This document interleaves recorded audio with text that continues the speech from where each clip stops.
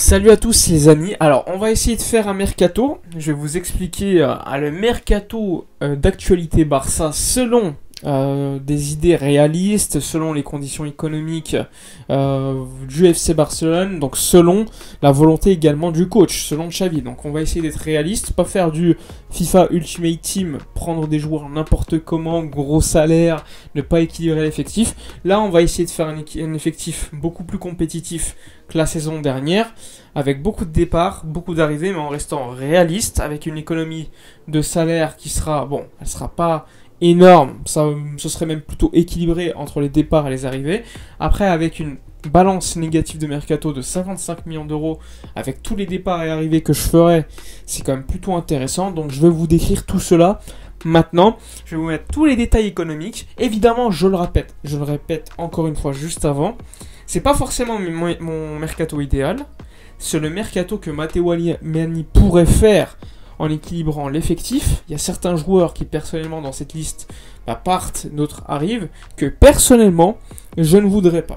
Mais au niveau des économies de salaire, de la finance du FC Barcelone, je pense qu'avec un tel mercato, tu serais beaucoup plus compétitif sportivement et tu respecterais certaines demandes de Xavi. Alors on commence avec notamment la défense, avec l'arrivée pour moi. Alors évidemment, dans les médias, on parle beaucoup de ce joueur, mais également d'un autre. Moi, si j'étais Matteo Alemany, au niveau économique et financier, la demande de Xavi également, je prendrais Koulibaly, 35 millions d'euros pour le Napoli, pas un énorme salaire. Joueur qui certes a 31 ans je crois, mais qui a à mon avis depuis quelques années déjà l'un des meilleurs à son poste. Évidemment, si je le prends, c'est parce qu'il est moins coûteux qu'un joueur comme Koundé. Et s'il est moins coûteux, ça me permet également de me renforcer à d'autres postes. Donc ça aussi c'est important de le comprendre. Il y a également l'arrivée de Christensen qui lui sera libre, déjà quasiment considéré comme fait, ça a été signé d'ailleurs. Donc ça fait déjà 2 arrivées en défense. Ensuite, évidemment, je vais vous surprendre peut-être, mais sur le côté droit, je prendrai Azpilicueta. Parce que c'est selon la demande du coach. Le coach veut un mec comme Azpilicueta. Pourquoi il le veut? Tout simplement parce qu'il veut un latéral droit qui se transforme en fait en défenseur central sur phase offensive. C'est ce qui se faisait sous le Barça de Pep en 2010-2011, avec un Abidal qui est resté beaucoup plus défensif et un Alves qui montait énormément. Et là, ça serait l'inverse, avec un Jordi Alba qui monterait beaucoup plus et un Azpilicueta qui serait sur une ligne de 3 centraux derrière avec Koulibaly et Araujo pour relancer. Ce qui me paraît donc plutôt logique selon les conditions économiques. Je le rappelle, je mettrais 5 millions d'euros max pour le recruter et un salaire de 7 millions d'euros brut, ce qui me paraît plutôt honnête. Je le répète, personnellement, si vous me dites Azpilicueta au Barça, j'en veux pas. Mais j'essaie d'être encore une fois réaliste, d'avoir un mercato où je double les postes, un mercato où je respecte les demandes du coach et la volonté qu'il a au niveau de sa philosophie de jeu. Donc voilà pour la défense. Maintenant, pour le latéral gauche, je vais vous surprendre. Comme je vous l'ai dit, le latéral gauche aura plutôt un rôle très offensif, délié limite. Eh bien, moi, je ne prendrai pas quelqu'un d'âgé. Je ne prendrai pas un Marcos Alonso qui aura un salaire plus élevé, qui aura également 31 ans, je crois 32 ans, donc qui sera forcément invendable dans quelques saisons. Je vais prendre un joueur jeune, qui au pire, s'il se rate, tu peux le revendre, sachant qu'il ne sera pas coûteux. Je parle d'un joueur qui a été formé au Barça, je parle d'un joueur qui a changé de poste, à la base c'est un numéro 10, mais qui depuis quelques saisons en Belgique fait énormément de passes décisives. Alors oui, c'est un joueur de complément, ça ne sera pas un titulaire, ça sera le temps d'avoir une doublure, que Jordi Alba ensuite se barre, qu'on prenne un joueur titulaire. Pour moi, il peut faire ce job d'être le supplément de Jordi Alba, très offensif, etc. C'est Gomez. Alors ça, Gomez, vous allez me dire, qui est ce mec, etc. C'est un joueur qui jouait en compétition jeune avec l'Espagne déjà depuis quelques saisons avec les U21, qui a été formé au FC Barcelone. Donc, Sergio Gomez. Ensuite, on a fait le tour de la défense. On passe au milieu de terrain. Tu as déjà Kessié qui est considéré comme signé. Donc ça, on n'en parle pas. Et ensuite, alors, vous allez peut-être être surpris, mais Bernardo Silva, 85 millions d'euros, ça me paraît plutôt légitime par rapport aux conditions économiques, financières, etc. Salaire de 14 millions d'euros bruts. Pourquoi Bernardo? Bah tout simplement parce que Xavi le veut. On est obligé de respecter les demandes de Xavi aussi. Xavi veut quelqu'un qui joue relayeur, pas forcément un joueur qui joue comme numéro 6. Donc dans ce cas-là, ça entraînera certaines ventes qu'on va décrire ensuite, qui personnellement ne me plaisent pas, mais qui, si on est Matteo Alemany, sont assez logiques pour réussir à respecter les demandes de Xavi. Donc voilà, Kessié et Bernardo au milieu de terrain. Et devant, là, c'est compliqué. Moi, j'irai sur Lewandowski, je paierai 40 plus 5 de bonus. Ce qui me paraît plutôt un prix raisonnable pour un tel joueur. Un an de contrat, très âgé, numéro 9 d'une grande classe, mais le Bayern nous saoule avec leur prix. Mais 40 plus 5 bonus, j'estime qu'ils pourraient lâcher. Allez, le Bayern, il faut lâcher là. Il faut respecter quand même leur légende, laissez-le partir, quoi. On en a vraiment besoin aussi, donc voilà. Donc Lewandowski. Et ensuite, gros problème. Là, j'avais un gros problème de conscience pour l'ailier droit. Parce que je sais que l'ailier droit, c'est un joueur qui va pas plaire du tout et qui personnellement ne me plaît pas. Si j'étais le Barça, enfin si j'étais décideur, personnellement, s'il y avait les finances, etc., je le prendrais pas. Mais Matteo Alemany veut un ailier droit, ce qui est totalement logique par rapport à notre effectif. Xavi veut un ailier droit. Imaginons que Dembélé parte. Eh bien, on a besoin pour moi, de 2 ailiers droits même. Mais au niveau de l'économie du club, prendre un joueur comme ça pour un an, c'est Angel Di Maria qui peut faire l'affaire pour un an. Pour moi, si j'étais dans un Barça compétitif, je pourrais le prendre, mais comme joueur de complément, pas comme titulaire.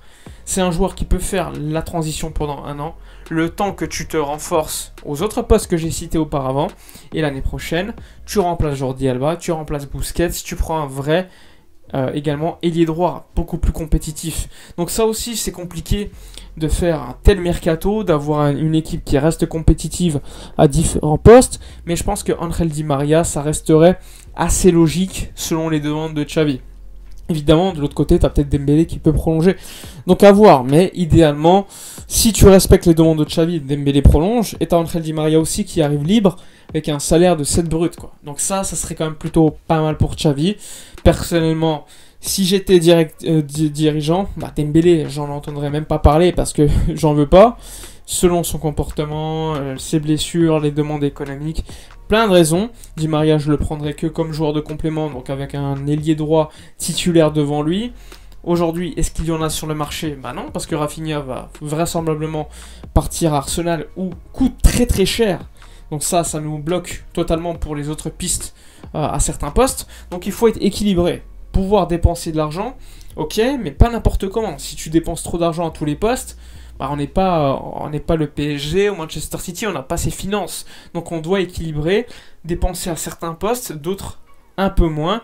Donc soit on dépense beaucoup sur un joueur comme Bernardo Silva, soit on prend un Gundogan par exemple, qui va te coûter beaucoup beaucoup moins cher, et tu pourras te renforcer mieux comme ailier droit. Donc ça aussi, c'est des réflexions à faire. C'est juste des exemples. Donc dites-moi dans les commentaires ce que vous feriez personnellement. Ensuite, les ventes, là c'est beaucoup plus difficile parce que les ventes, tu as des sacrifices à faire, notamment les départs de joueurs comme Frenkie de Jong, selon la demande du coach. Il peut nous dire tout ce qu'il veut, Xavi. Mais comme il veut Bernardo Silva, eh bien au niveau de l'économie du club, vendre Frenkie de Jong pour lui, c'est une demande de sa part en réalité. Donc Frenkie de Jong, personnellement je veux le garder, je vous le dis clairement. Mais Xavi, lui, même si publiquement il te dit que c'est un joueur exceptionnel, etc., en réalité la presse le dit. Il veut Bernardo Silva devant Frenkie de Jong. Donc nécessairement on n'a pas les finances pour garder les deux. Donc ça serait plutôt pour prendre Bernardo, vendre Frenkie de Jong. Ensuite je vendrais Memphis Depay qui reste un joueur très intéressant, qui peut t'apporter comme numéro 9, mais si tu as Lewandowski et Aubameyang, ça n'a aucun sens de le garder, qui peut jouer également sur le côté gauche, mais l'année prochaine il est libre. Pour moi, ce serait logique de le vendre cette saison pour 25 millions d'euros. Ça pourrait être intéressant également économiquement parce que je le rappelle, il est venu libre. Donc ça te ferait une plus-value comptable très intéressante. Autre départ également, eh bien, ça serait plutôt des prêts. Clément Lenglet pour Tottenham qui nous permettrait d'économiser 12 millions d'euros bruts. Umtiti qui va nous permettre d'économiser 7 millions d'euros bruts. Braithwaite, je le pousserai vraiment au bout du bout pour qu'il parte. Je pense qu'il pourrait nous ramener 5 millions d'euros en transfert et 10 millions d'euros bruts d'économie de salaire. Neto pourrait partir 12 millions d'euros bruts de salaire économisé, même si par libre, je m'en fous. Mingueza pourrait apporter 5 millions d'euros bruts, 5 millions d'euros de transfert. Je le pense personnellement que c'est possible. Et ensuite, Pjanic, Abdé, Nico pourraient également partir en prêt et te permettre d'économiser encore une fois des salaires. Donc ça aussi, très important. À la fin, quand on fait les calculs, ça nous permet d'avoir un mercato où la balance de mercato est négative à 55 millions d'euros, je crois, avec une balance de masse salariale qui ne bouge pas quant à elle. Donc ça, c'est plutôt intéressant. Après, évidemment, tout dépendra encore une fois des conditions économiques du FC Barcelone suite à l'activation des leviers économiques.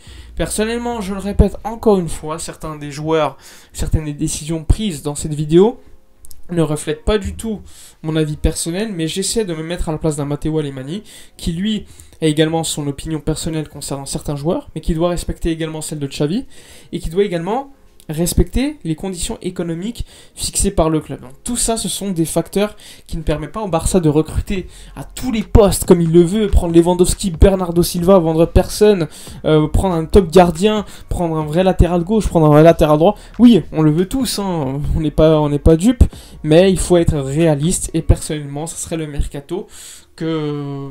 On va dire que je serais satisfait pour ce mercato, mais il existe tellement de mercato où je serais satisfait. Donc pour l'instant, voici le mercato qui me paraît logique. Je ne vais pas parler de Koundé parce que coûte très très cher. Donc si Koundé te coûte très cher, bah, tu ne peux pas te renforcer à d'autres postes, comme là on le fait en fait. Pour ça qu'un Koulibaly coûte moins cher, qui me paraît à court terme une très belle décision. Ça te permet également de te renforcer à d'autres postes comme au milieu, également à d'autres postes comme l'ailier gauche, enfin le latéral gauche. Donc ça aussi, ce sont des décisions qui me paraissent plutôt logiques économiquement, selon le respect de Xavi, etc. Dites-moi dans les commentaires vos décisions économiques financières de Mercato. Dites-moi dans les commentaires ce que vous avez pensé du mien. Je le rappelle, c'est certes le mien, mais en réalité pas totalement. N'oubliez pas de liker, commenter, partager. Je vous dis donc à la prochaine et d'ici là, comme d'habitude, portez-vous bien.